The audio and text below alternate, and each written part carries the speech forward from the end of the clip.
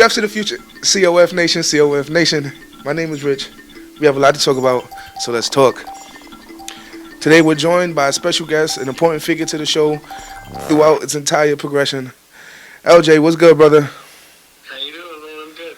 Yo, thank you for taking the time out. I know you're about to go to work, so we're just going to make this real quick. I just want to get your feels for some things that I think we have a lot of experience on. Sounds good, man. So look, so as you've been following the show at any point in time, you would know that we do have official merch available for purchase. Head on over to the IG page and shoot your size and let us know your thoughts on that. But look, when it comes to this topic, bro, we're talking about McDonald's Sprite. Yep. Now, Amazing. Amazing. so before we really get into it, like McDonald's Sprite, I was looking for topics to talk about, and I came across this funny article that highlighted McDonald's Sprite and the cult following behind it. And before I came across this article, I really thought it was secluded to me, a couple, like handful of my friends that really seen the magic and the power behind like the McDonald's Sprite in particular. Like just the formula in which they go about like making that drink was just amazing. Like so a little backstory, you know, a lot of times when we'll go to parties and we'll be hungover either from the party, like the night of the party or the morning after, we'll find ourselves going to McDonald's and grabbing ourselves the Sprite. Now, for those who don't know, like how this process is being made to like how the dispensers come to be, there's a couple ways when you're deciding to make in a food establishment on how you can provide soft drinks to your customers. You could do it through a couple routes. One is if you want to get it prepackaged, like bottled or canned, or if you want to get it dispensed. Now, if you decide to get it dispensed, you could get it in a couple variations. You could get the powder, and you could get the liquid, and it'll essentially blend it in the machine and it'll dispense the product according to the recipe that the purveyor sets for in the machine. So McDonald's has a very specific formula setting for their Sprite mixture, and it's essentially more sugary, and it's tweaked specifically for the McDonald's menu. And let me tell you, it's awesome. So before we get into that too deep, just LJ, what's your experience with like McDonald's Sprite? And you could like try to like just make it clear to us, like why does it taste so awesome? Like, Well, whenever I go to McDonald's, I always get the Sprite.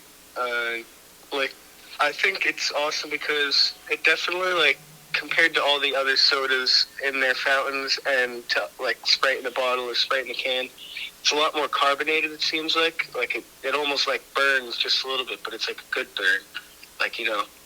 And they definitely put more of the syrup in it, the flavor syrup in it, to make it more of, like, a bolder flavor. And I think that adds a lot to why it has a huge following. so I realized that me personally, the best way to drink a McDonald's Sprite is like this regular Sprite and then this McDonald's Sprite. So like I feel like I realized the best way to drink a McDonald's Sprite is not even with the straw.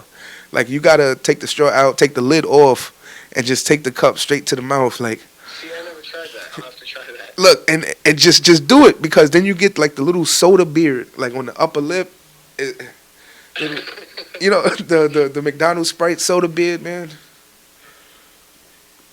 And I read, you sent me an article about this earlier, and I read up on it, and I remember it said about, like, the water that they use is filtered twice or something, and that has a lot to do with it, something like that. Yeah, so the execs at McDonald's claim that it's not only the added syrup mixture that makes their soda taste so great. It's the fact that they filter the water twice throughout the preparation process in the machines that dispense the soda. That also adds the extra oomph when it comes to separating it from its bottled counterpart. And to that, I would say it's BS. because yes, Yeah. McDonald's has a lot of control over what machines they use, and Mhm. they have a lot of control over like the recipes and like the pouring procedures in the machines. But Mhm. the double filtered water is used in all of the dispensed products. So why isn't everyone raving about the McDonald's uh, Coca Cola or the McDonald's, Dr Pepper, or why is it the McDonald's Sprite in particular? Mhm. So Yeah, it's I can see that. yeah, Because if it's the water that's like the double filtration shouldn't apply to all the other flavors. yeah, exactly. We should be raving about Uh, every McDonald's soda, right? exactly. Okay, I can see that. So it's the McDonald's Sprite in particular, and That is just magical, man. yo, it's I can't believe we're talking about this, bro. Like, like Like yo, a large Big Mac meal with extra mac sauce and like the large fry, just it doesn't taste the same without a Sprite, man. yo, look. Usually when I go to McDonald's, I would get like the milkshake, Okay. but then my meal would come with a Sprite.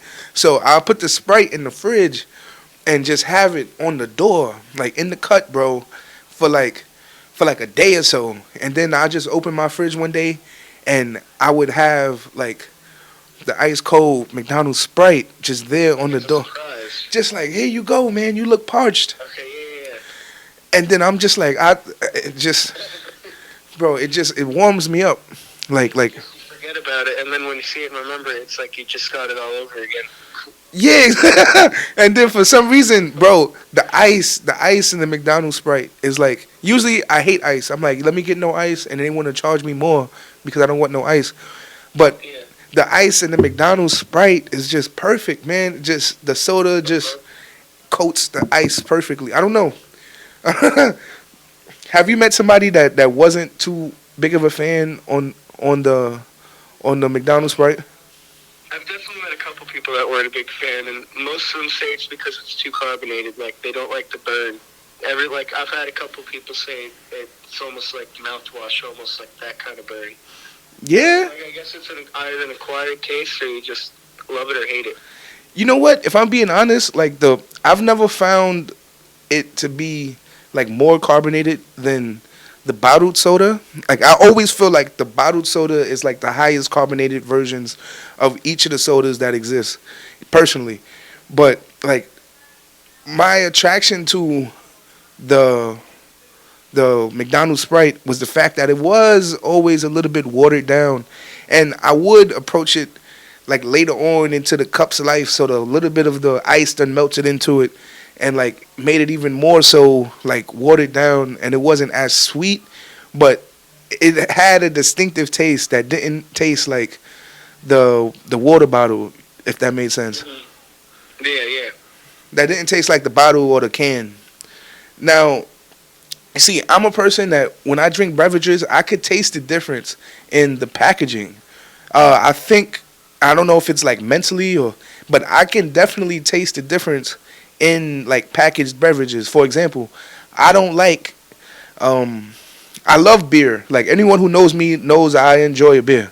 Now, my go-to beer is Budweiser.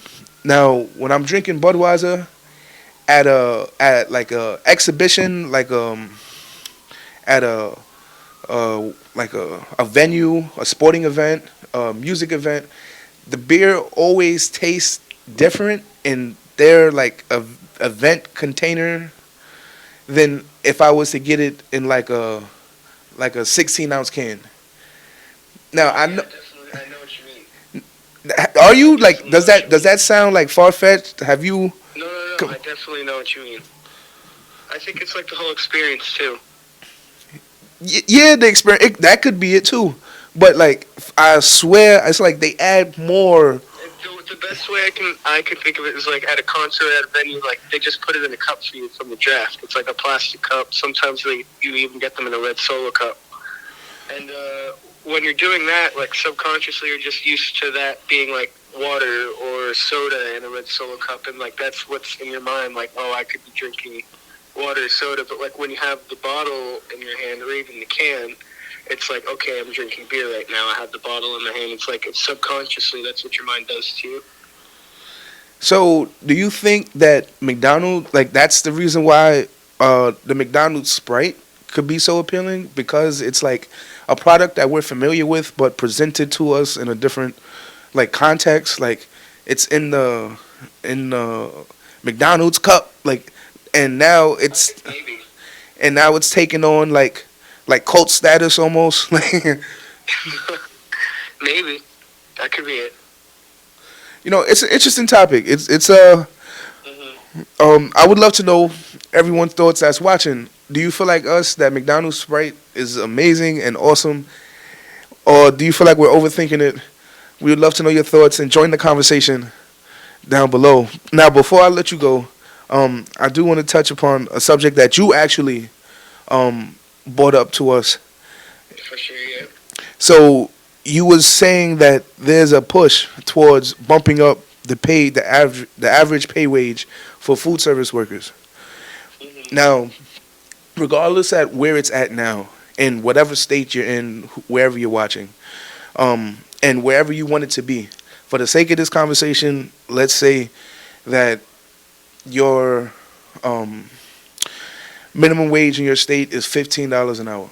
Now, for the majority of Americans, is usually somewhere around 7, 6, 50, $8, depending on the state you're in. Um, for the sake of this conversation, let's say it's 15. So we would like to say again, hypothetically, it to go up to $20 an hour. So to help negate some of the pressure that we're feeling in an ever rising, like financial demanding society, like everything around us is increasing in price, and we feel like the wage should increase with it. Hmm. So before we dive into it deeper, I want to get your thoughts and feels for this. So let's talk about it, bro. Tell me. So, like, I guess what I would say is, like, being also in the restaurant service, but not in the fast food industry, more like an actual kitchen. It's like I can definitely see how it's very hard work for them over there because they definitely have a lot more people coming through because there's a drive-through, and then the people that come in, they do a lot more coverage than we do. But then again, it's on like a line where everything's super easy, and you have like 3 or 4 crew members on the line, one putting the sandwich together, one doing the packaging and all that. And so I could see like why other people would say like it's easy, they don't need to raise or anything. Like I think they should get like a couple dollars maybe, but do I think that it should be $20 or $25?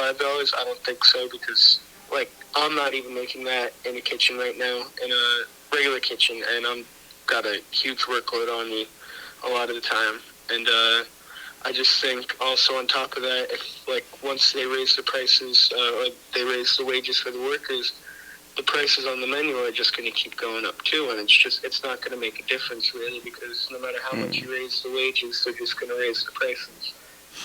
You bring up a great point and something that I wasn't thinking about how that could trickle down to the customer.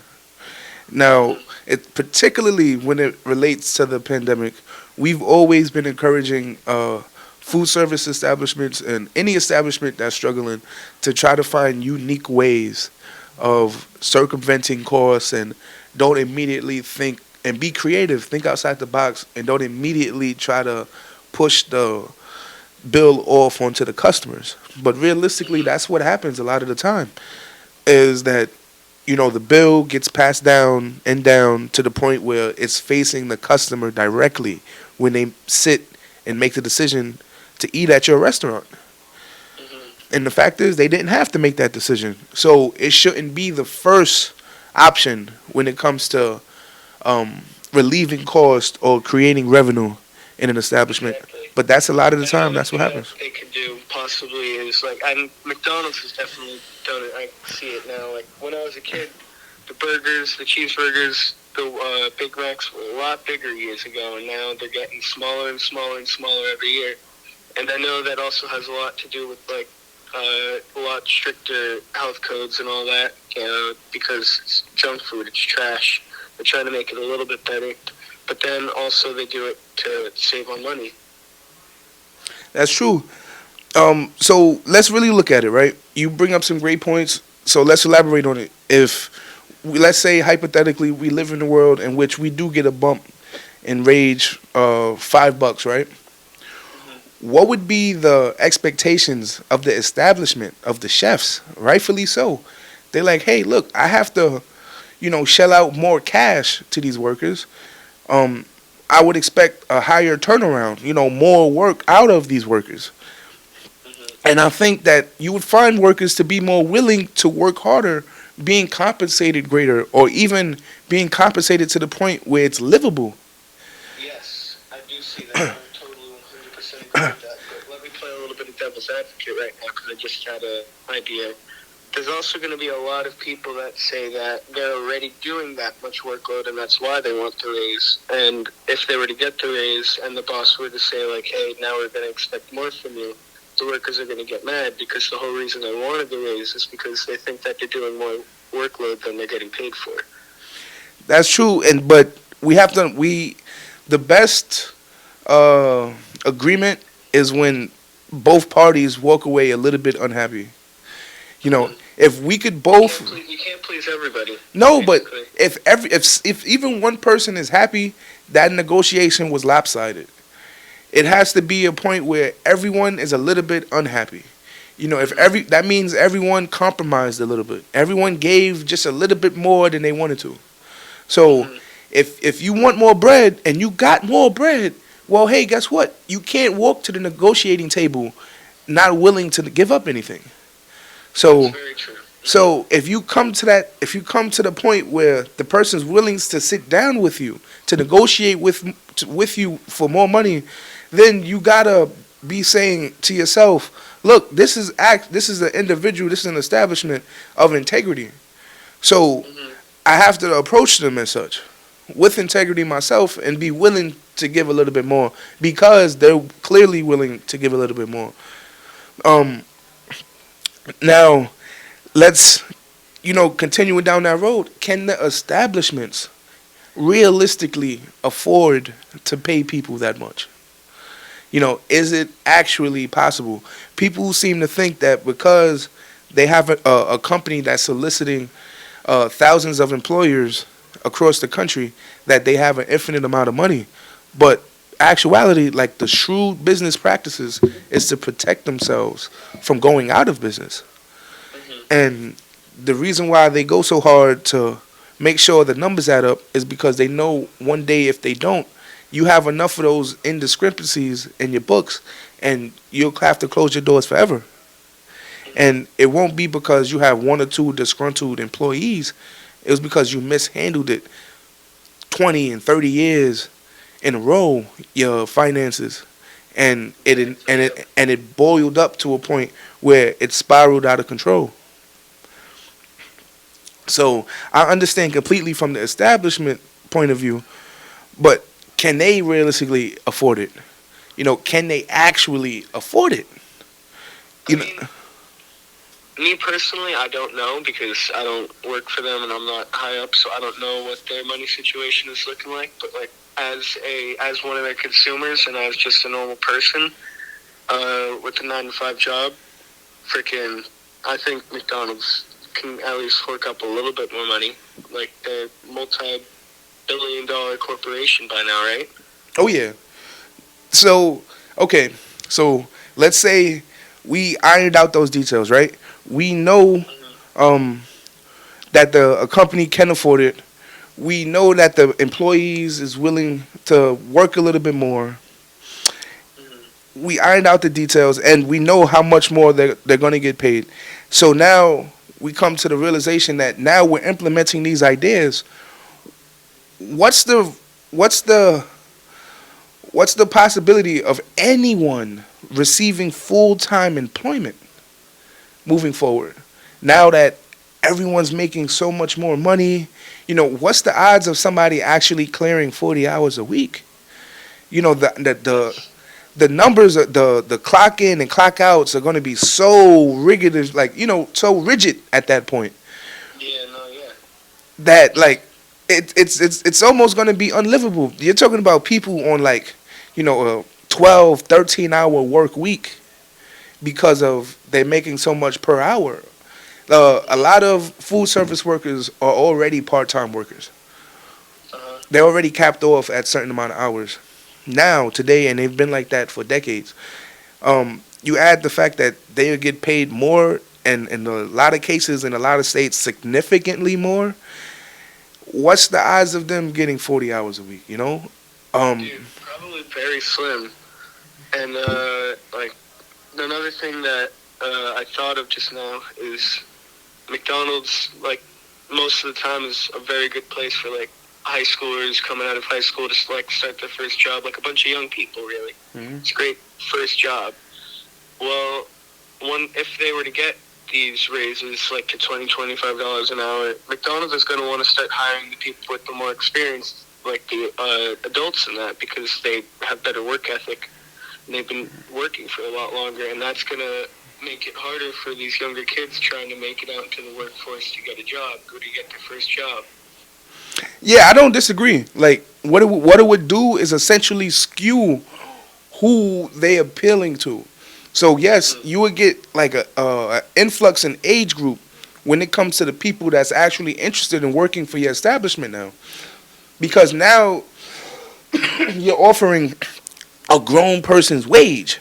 It's like, all right, not only can I like buy snacks on my way to school with the money I'm being offered to work at your establishment, but I can now, pay a car payment or pay my rent with this. So now it becomes more of a realistic option for employment with somebody with a family. It'll also entice people that's thinking about moving on to stay with an establishment. And it don't have to be McDonald's. It don't have to be Subways. It don't have to be KFC. It could even go up to like a fast casual establishment. Because all of these things have a residual effect on the food service field as a whole. Everyone's watching everybody. If this succeeds, you better believe that states over is going to be saying, "Hey, well, we need to be reevaluating how much we're paying our food service workers." Mhm. But I do think that this is the right time to be thinking this, because coming out of this pandemic, you have a lot of people that's making like a lot of existential questions, making life decisions because everything was put into perspective because of the pandemic. Exactly. So LJ, thank you, bro, for just sharing, No problem, for man. doing this again as always. Definitely, it was a lot of fun. I look up and we're 30 minutes later. um, yeah, I know you got work in a few. No problem, man. Dude, I'm good. So again, people, that's LJ.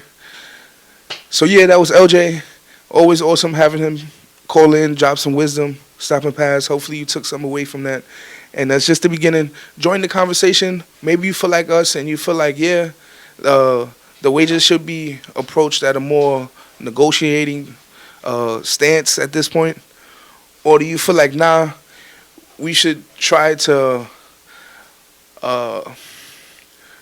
make more efficient the workload that we have presently to try to make change happen that way? But join the conversation. Let us know in the comments below. But this is Rich, and we out of here.